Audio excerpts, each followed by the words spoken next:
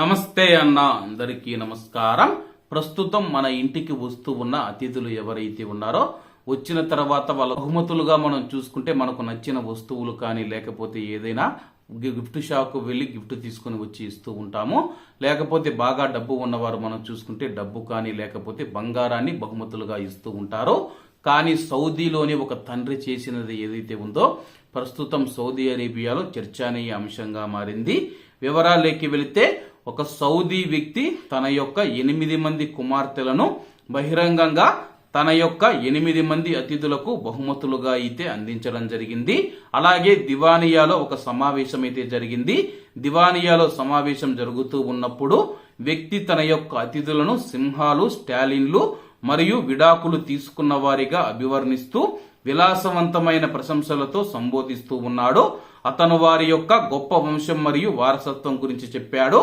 మంచి నుంచి మీకు ఏమి ఇవ్వాలో మాకు తెలియదు. మీరందరూ ఇస్లామిక్ మరియు ఇస్లామిక్ పూర్వ యుగాలలో చరిత్ర కలిగిన షేక్లు మరియు మా యొక్క దాయాదులని చెప్పేసి ఆ యొక్క సౌదీ వ్యక్తి అయితే తెలియజేయడం జరిగింది.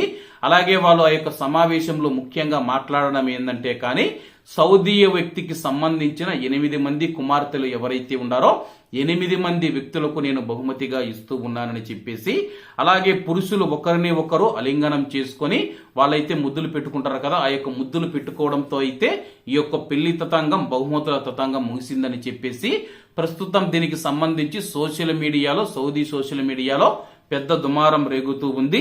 సౌదీ అరేబియాలో మహిళల హక్కుల గురించి, సాంప్రదాయ పద్ధతుల గురించి చర్చలకు దారి తీసిందని చెప్పేసి ఆ యొక్క మహిళల అభిప్రాయాలు, ఆ అమ్మాయి యొక్క అభిప్రాయాలు తీసుకోకుండా తండ్రి ఇలా బహుమతులుగా ఒక వస్తువును పంచినట్లు మహిళను ఎలా ఆ యొక్క అతిథులకు పంచుతాడని చెప్పేసి ప్రస్తుతం అయితే చర్చ నడుస్తూ ఉంది. దీనిపైన మీ యొక్క అభిప్రాయాన్ని కామెంట్ రూపంలో తెలియజేయాలని కోరుకుంటూ అందరూ బాగుండాలి, అందులో మనం ఉండాలి. అందరికీ నమస్తే అన్న, జై హింద్.